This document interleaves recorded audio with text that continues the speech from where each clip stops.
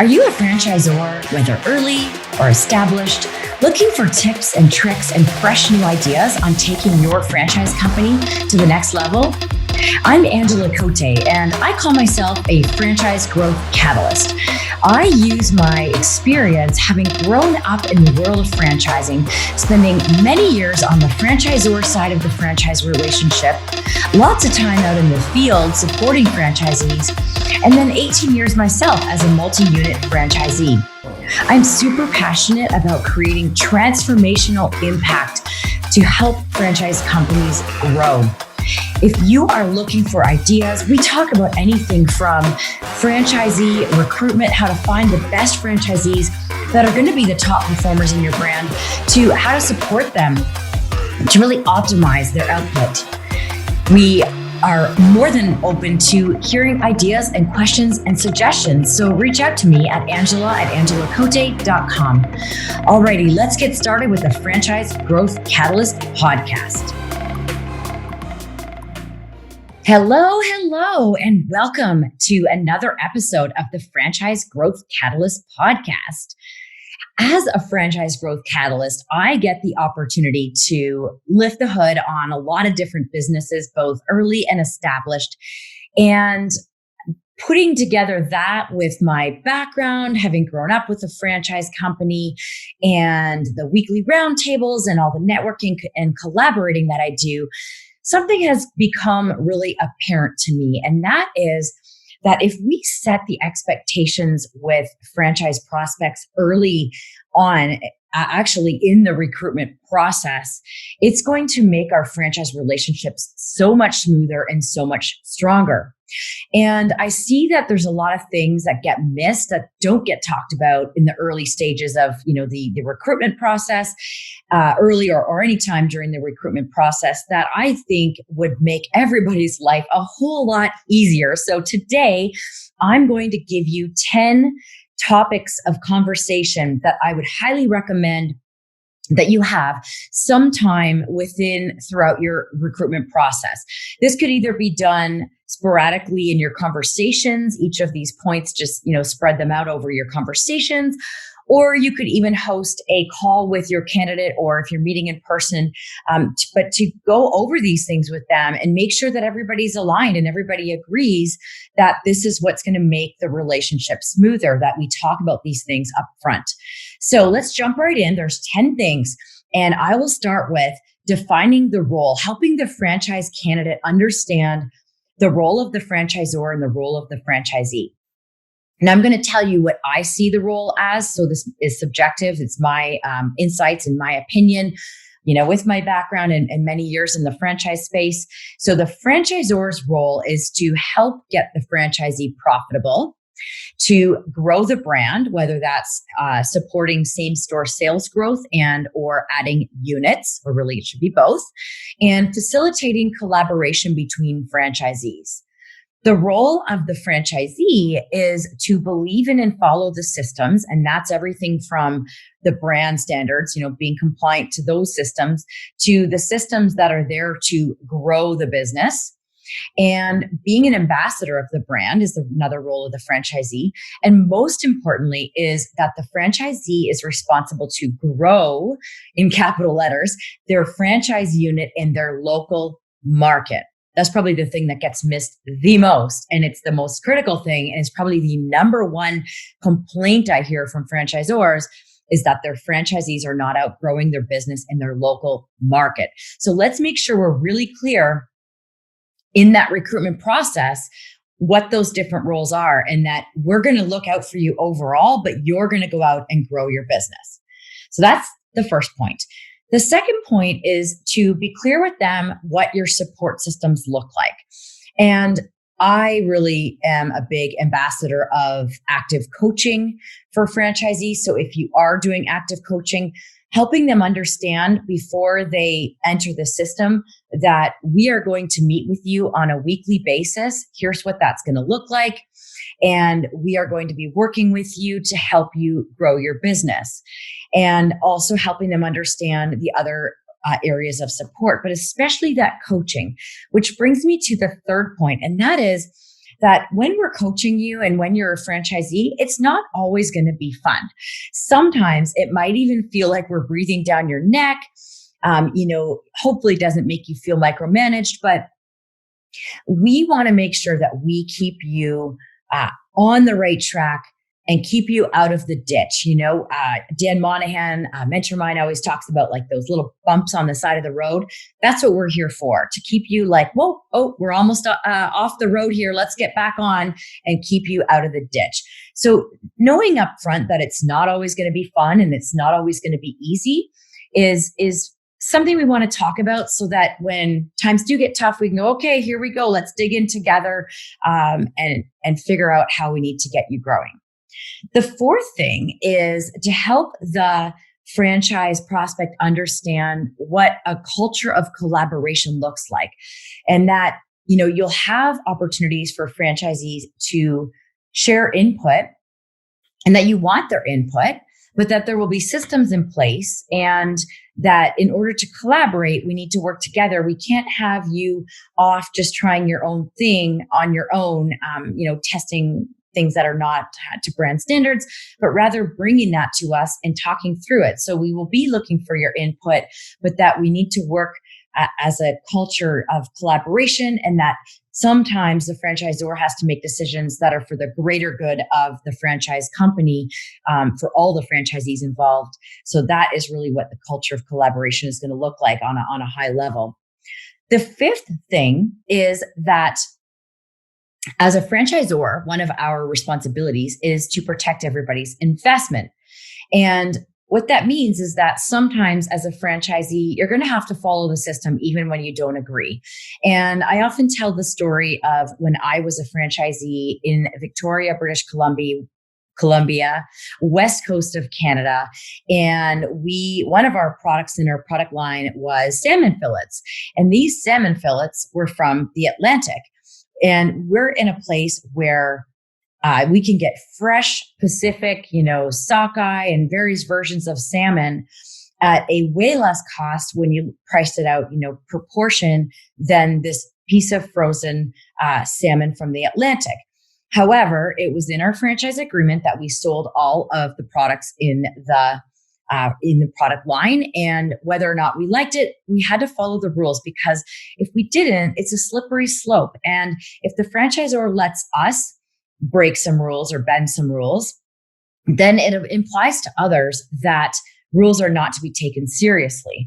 So when we come to you and, if you're doing something that might seem kind of like a small, not too big of a deal, but if it's a little bit off, or it's off our systems or not compliant, we're going to be having to talk to you about why it's not okay. And that when that happens, we're really looking out for everybody's investment.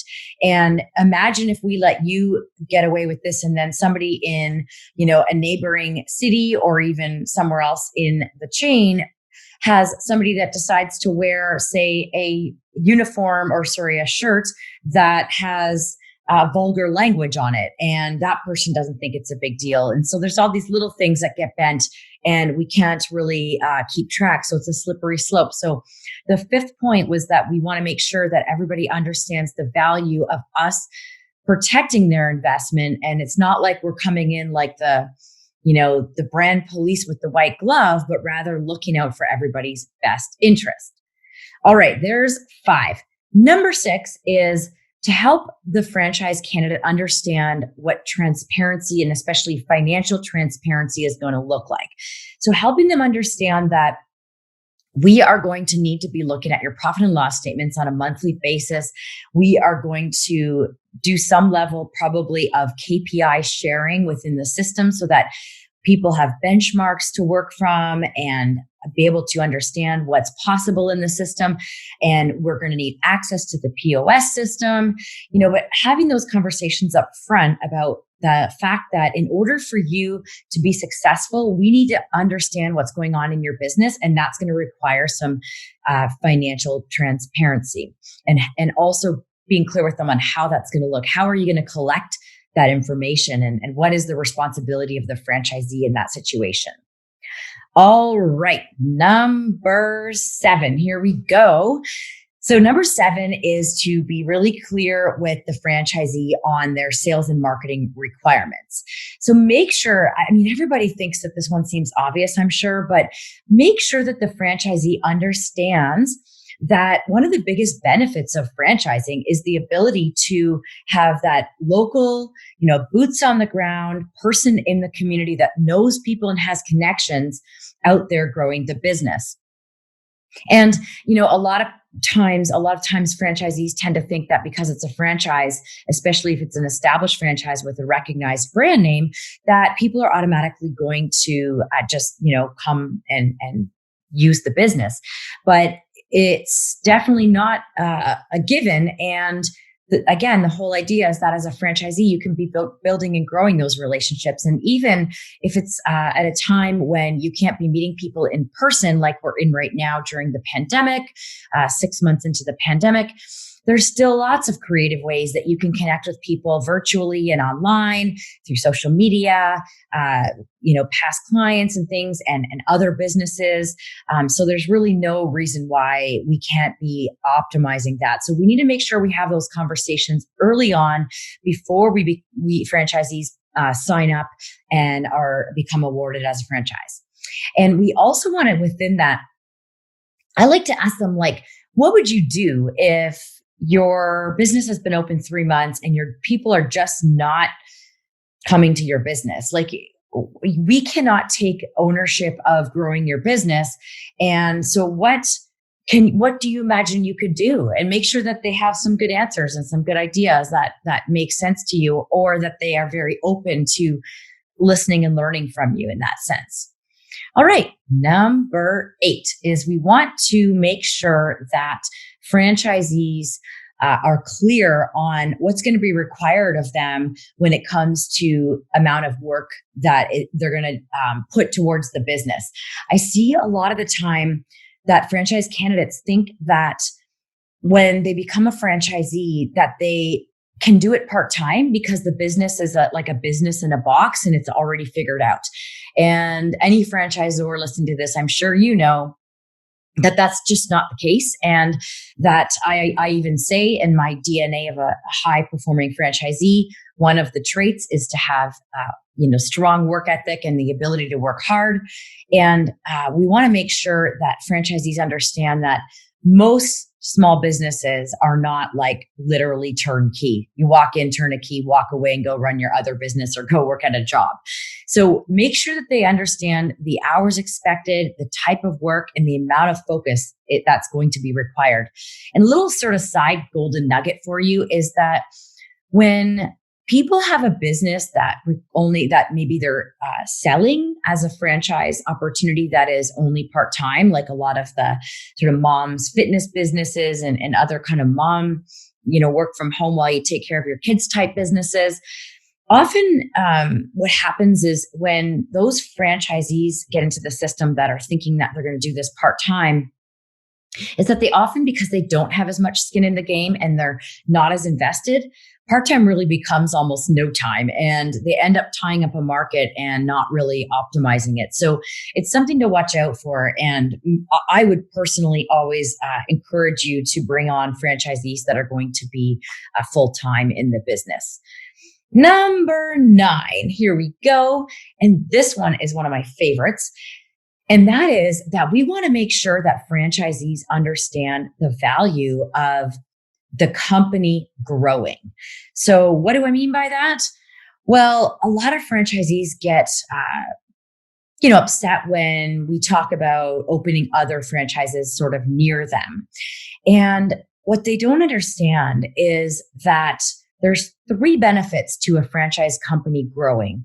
And that is, number 1, the brand awareness. So yes, we might be opening near to you, but that's going to boost your brand awareness and ultimately help you grow more. So you might take a small hit if somebody opens in sort of your market or in that general area, but This actually happened to me and my business as a franchisee. And over time, the more units around, the more people know about you, the more loyalty builds, and the more opportunity for you to grow. So brand awareness is the number is or one of the three things that happens when a franchise company grows.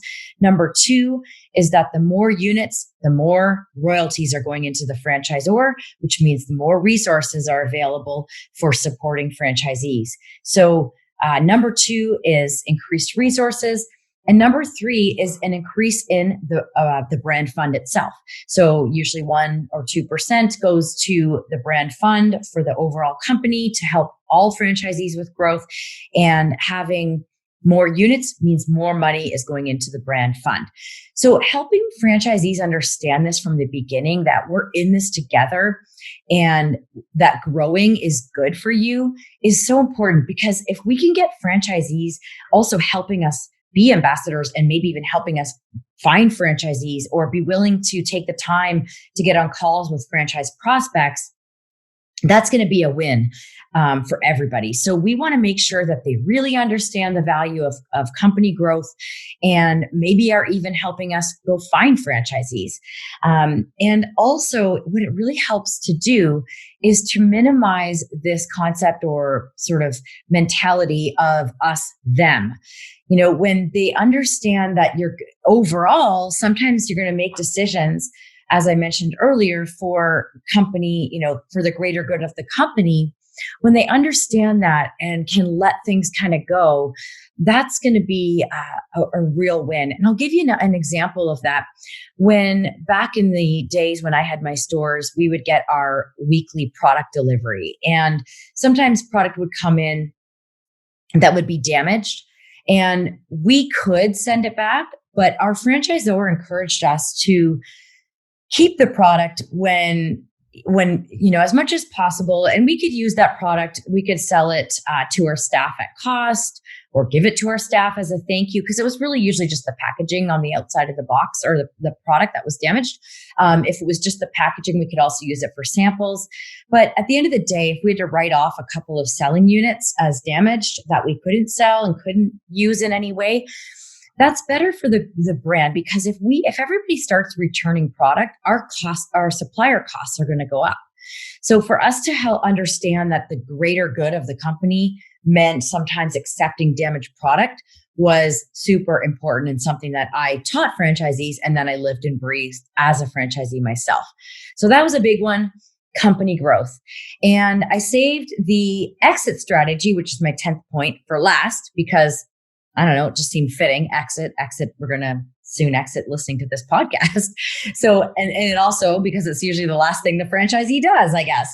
So, the last point is to talk about the exit strategy, even in the recruitment process. By that, I mean, have an open conversation up front, letting the franchisee know that, hey, well, first of all, asking them what their goals are. Like, how long do you envision being in this system? Is this like a lifelong thing? Do you envision passing this down to a family member, or what do you envision doing with, or like, what is your longer term goal here? It's also great to find out what their long term goal is, so that when you're coaching them, you can keep them connected to that longer term goal. And if you find out that, you know, they're in it for 10 years, they want to do this for 10 years and then sell. If, say, at the 7-year point, you start to notice that they are not as happy and you've tried to have conversations with them, that might be a signal that you could say, you know, I know you talked about this being a 10-year thing, but sometimes it's good to get out before things start to go downwards. And so you can have a conversation with them at that point that, you know, we can support you and help you find a buyer. You know, it's ultimately going to be your responsibility to sell your business, but we're going to have to approve it. But we can help you with some things that you can do to, you know, to find a buyer and to move on earlier than you thought. You know, it's totally fine. Sometimes people's lives change or their interests change. And we want people to know that we're always going to be there to support you, whether that is to grow the company or sell the company or even close, which I got that idea originally, that grow, sell, or close, from my good buddies, Brian and Luke Baisley over at Driver's Seat, which is in my hometown of Waterloo, Ontario. And those guys are just awesome.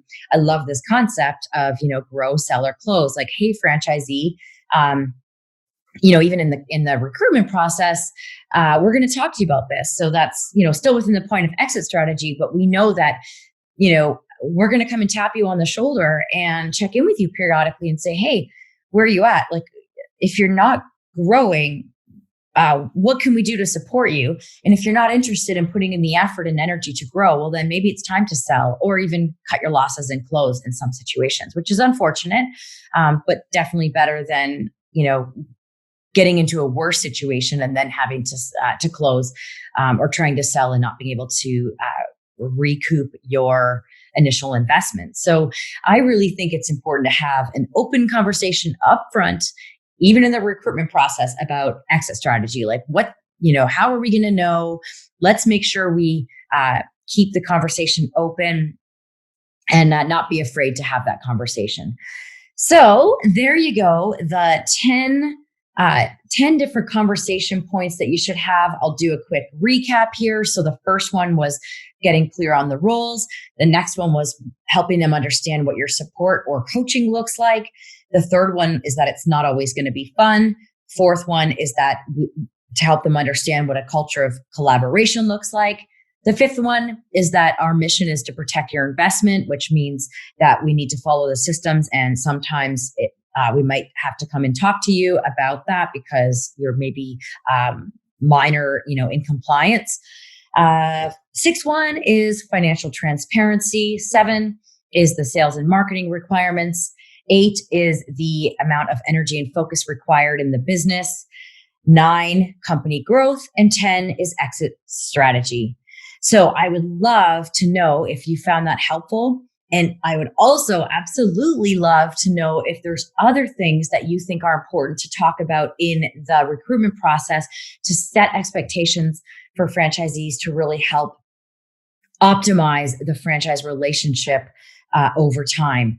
These are definitely things that I encourage you to take the time. And as I said, either you can do that throughout the process of recruitment, or you could even host or hold a specific call where you talk about expectation setting and find out what their expectations are. You can even start by asking them, what do you expect from us when it comes to, coaching and support?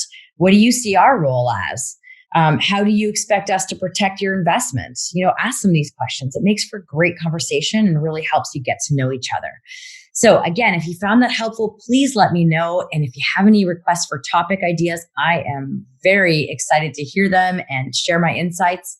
And so we will wrap it up there. Now go be awesome.